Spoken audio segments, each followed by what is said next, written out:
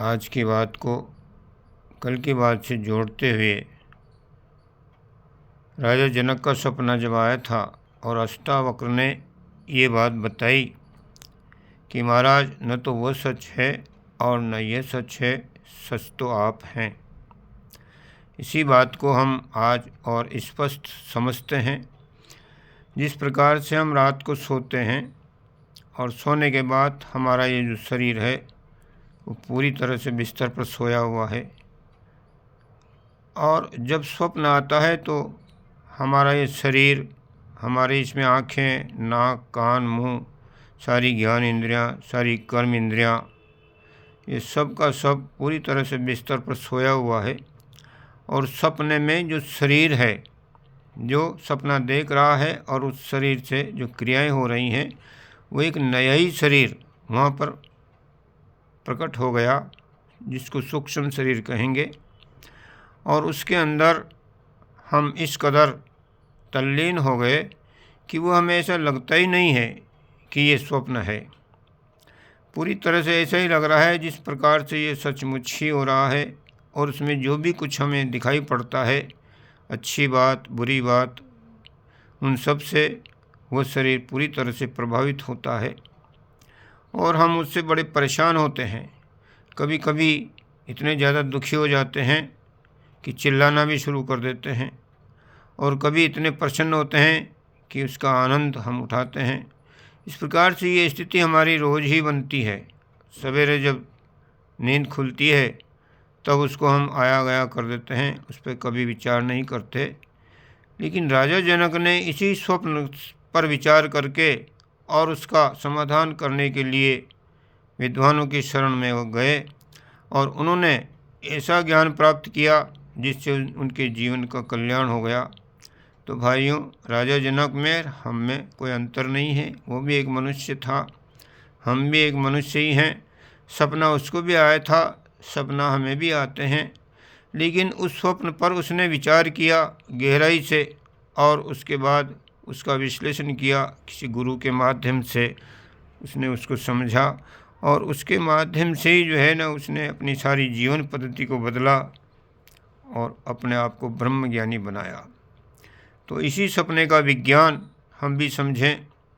जिस प्रकार से हम सपना देखते हैं तो सपने में जो कुछ भी दिखाई पड़ता है सारा का सारा हमारा मनोविलास है, मन का बनाया हुआ है। हमारा शरीर जो स्थूल रूप से शरीर है, स्थूल हमारी इंद्रियां हैं, उनमें उनका कोई रोल नहीं है। वो सब यहाँ पर शरीर के साथ में सोई हुई हैं और वहाँ पर नई इंद्रियां बन गई, नया ही शरीर बन गया और वो सारा शरीर उसी प्रकार से हमें दिखाई पड़ रहा है, भाषित हो रहा है जैसे ये शरीर है। उस समय जो कुछ भी क्रियाएं हो रही हैं वो हमें सचमुच ही लग रही हैं। जब तक हमारी नींद नहीं खुलती है तब तक वो चलता ही रहता है। और ख़ास यदि हमारी नींद 10-20 दिन, महीने, 2 महीने न खुले तो वो उस प्रकार का निरंतर सपना चलता ही रहेगा। वो हमारी एक दुनिया हो जाएगी। लेकिन ये एक प्रकृति का नियम है कि हम रात को सोते हैं और सवेरे उठ जाते हैं। तो वो जैसे ही हम जगते हैं तो वो सारा स्वप्न जो है हमें मिथ्या दिखाई पड़ता है। मिथ्या इसलिए कि उस समय जब तक सपना चल रहा था उस समय तक तो वह बिल्कुल सत्य ही था, उसमें मिथ्या हो ही नहीं सकता, क्योंकि उससे हम पूरी तरह से प्रभावित थे और उसको हम सचमुच ही जी रहे थे, समझ रहे थे। लेकिन जैसे ही नींद खुली तब हमें पता लगा कि वह स्वप्न था। उसी प्रकार से भाइयों, जब नींद खुली उस समय जब हम जागृत अवस्था में आते हैं तो इस समय भी ये भी एक सपना ही है। क्यों? क्योंकि ये भी रहता नहीं है। जब रात को सपना आ रहा था उस समय जागृत अवस्था नहीं थी, और जब ये जागृत अवस्था है उस समय वो स्वप्न नहीं है। तो दोनों में जब एक थी तो दूसरी नहीं थी अवस्था, पर दोनों अवस्थाओं में हम थे। हम थे का मतलब हमारा ये शरीर नहीं था, शरीर तो सोया हुआ था, लेकिन हमारी जो समझ है, हमारी जो आत्मा है, उसकी शक्ति से मन ने एक नया ही संसार गढ़ लिया। और उसी प्रकार से इस जागृत अवस्था में भी ये सारा का सारा स्वप्न ही है। जब तक हमें ज्ञान नहीं हो जाता अपनी आत्मा का, जब तक हम इसको भी सत्य ही मानते रहेंगे, जैसे ही नींद खुली ज्ञान हो गया कि वो स्वप्न था, उसी प्रकार से यहाँ पर भी हमारा जब ये नींद खुल जाएगी यानी ज्ञान हो जाएगा। नींद खुलने का मतलब मृत्यु से नहीं है। यदि हम लोग ऐसा समझेंगे भाई मृत्यु आ जाएगी और ये शरीर समाप्त हो जाएगा, तब हमें इस बात का ज्ञान हो जाएगा, लेकिन ऐसा नहीं है। वो एक नया सपना शुरू हो जाएगा। नींद खुलने का मतलब है ज्ञान की प्राप्ति होना। हम अपना असली स्वरूप समझें, आत्मा का स्वरूप समझें, किस प्रकार से हमारी आत्मा है। मैं शरीर नहीं हूँ, मैं इंद्रियां नहीं हूँ, मैं मन नहीं हूँ, बुद्धि नहीं हूँ, मैं चित्त और अहंकार नहीं हूँ, मैं विशुद्ध रूप से आत्मा हूँ। इस प्रकार का इस आत्मज्ञान जब हमें होगा तो उस समय जो है आत्मा में जब हम पहुँच जाएंगे, तब ये बाकी का सारा जो परिकर है, ये प्रकृति से बना हुआ, माया से बना हुआ, ये हमारे समझ में आ जाएगा। लेकिन ये बड़ा गहरा और पेचीदा ज्ञान है। इसको ब्रह्म ज्ञान कहते हैं, आत्मज्ञान कहते हैं। और नचिकेता को यमराज ने यही बात बताई थी कि ये ज्ञान इतना गूढ़ है और इतना गहरा है, छुरे की धार पर चलने के समान है। इसको समझने के लिए बड़ी तीव्र जिज्ञासा चाहिए, और उसके लिए इस सारे संसार का जो वैभव है उसको भी जो छोड़ सकता है, वो तो वहाँ के इस ज्ञान को प्राप्त करने की पात्रता प्राप्त करता है। इसलिए भाइयों, सबसे पहले ज्ञान प्राप्त करने की हमारी जिज्ञासा होनी चाहिए। वेदों में लिखा है अतः तो ब्रह्म जिज्ञासा।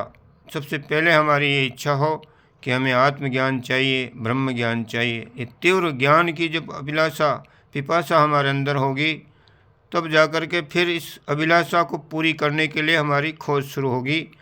और इस संसार की जितनी भी चीज़ें हैं, वैभव हैं, जितना भी साधन सुविधाएं हैं, जब तक इन साधन सुविधाओं में हमें आनंद आ रहा है, तब तक उधर हमारा ध्यान जाता नहीं।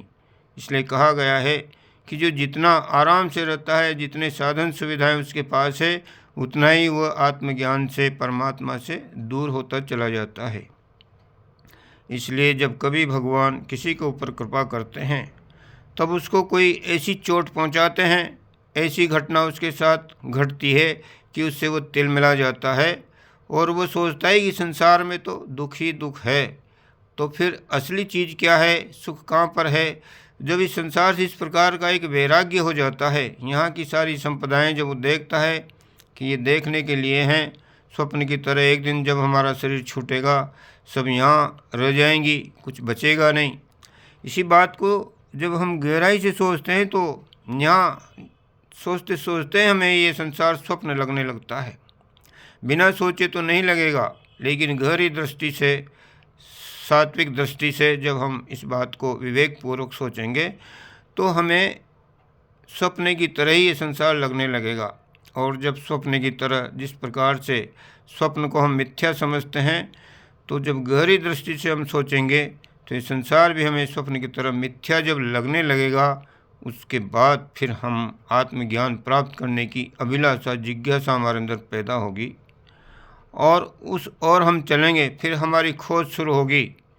तो इसके लिए सात्विक बुद्धि की आवश्यकता पड़ती है। तो मित्रों, जीवन का जो उद्देश्य है, यदि इसको हम प्राप्त करना चाहते हैं, आत्मज्ञान, आत्मनिर्वाण, मोक्ष, मुक्ति, संसार सागर से अपना उद्धार यदि हम चाहते हैं, तो फिर हमें इस बात को गहराई से समझना पड़ेगा। ये संसार किस प्रकार से मिथ्या है। हमारे जो उपनिषद हैं, वेद हैं, उनका जो महावाक्य है वो भी यही है, ब्रह्म सत्य जगन मिथ्या। यानी कि केवल सत्य कौन है? ब्रह्म है, और ये सारा जगत मिथ्या है। मिथ्या का मतलब झूठ नहीं होता। मिथ्या का मतलब होता है जो अभी तो है, लेकिन कुछ समय बाद रहेगा नहीं। तो यहाँ पर हम और आप ये अनुभव करते हैं, यदि बारीक और सूक्ष्म बुद्धि से, सात्विक बुद्धि यदि हमारे पास है, तो हमारे ये बात समझ में आएगी कि जब बचपन में हम थे, तो हमारा ये शरीर कैसा था? बिल्कुल छोटा सा था, जब हम नंगे ही थे, बिस्तर पर ही पेशाब करते थे, उसी पर हम मल करते थे। और थोड़े बड़े हुए, उसके बाद में हम चलना शुरू किया, बोलना शुरू किया, तो शरीर निरंतर हमारा बदलता रहा। अगर प्रतिदिन हमारा एक फ़ोटो खींचा जाए और आज तक के सारे फ़ोटों को हम देखें तो सब फ़ोटो के अंदर जो है ना अलग अलग परिवर्तन होगा। लेकिन हम आत्मा से, हमारी जो समझ है उसको जब हम देखते हैं तो जब से हम समझने लगे हैं तब से लेकर हम तो वही हैं। शरीर हमारा बदलता रहा, रिश्ते हमारे बदलते रहे, संबंध बदलते रहे, हमारी संपदाएं बदलती रही, विचार बदलते रहे, मन भी बदलता रहा, परिस्थितियां बदलती रही, घर गृहस्थी, गांव, नगर सब बदलते चले गए। लेकिन हम आज भी वही हैं। और आज हम बूढ़े हो गए और ये शरीर हम छोड़ देंगे, लेकिन उसके बाद से ये आत्मा अमर है, अजर अमर है। इस बात को हम समझें। और इस बात को समझने के लिए केवल मनुष्य जीवन ही है। मनुष्य जीवन के अलावा इस प्रकार का विवेक और इस प्रकार की समझ और बुद्धि किसी और अन्य दूसरे योनियों में हमें प्राप्त नहीं हो सकती। इसलिए भाइयों, ये बड़ी बहुत आवश्यक चीज़ है। मनुष्य जीवन में हम आए हैं तो इसका एक ही लाभ है। यहाँ पर हम कितना भी कमा लें, कितना भी इकट्ठा कर लें, कितने भी साधन सुविधाएं हैं, ये थोड़े दिनों की है। 4 दिन की चांदनी और वही अंधेरी रात वाली बात है कि यहाँ पर हम जिस काम के लिए आए हैं, काम हमारा यही है कि हम आत्मज्ञान प्राप्त करें। अपने जीवन का वास्तविक स्वरूप मैं क्या हूँ, इसको हम यदि समझ सकें तो हमारे जीवन का कल्याण होगा। और हमारा ये जीवन, मनुष्य जीवन का जो हमें मिला है धरोहर के रूप में, ये भगवान ने हमें दिया है, तो इसका सदुपयोग यदि हमने किया तो हमारा कल्याण होगा। हम आगे बढ़ेंगे, नर से नारायण बनेंगे।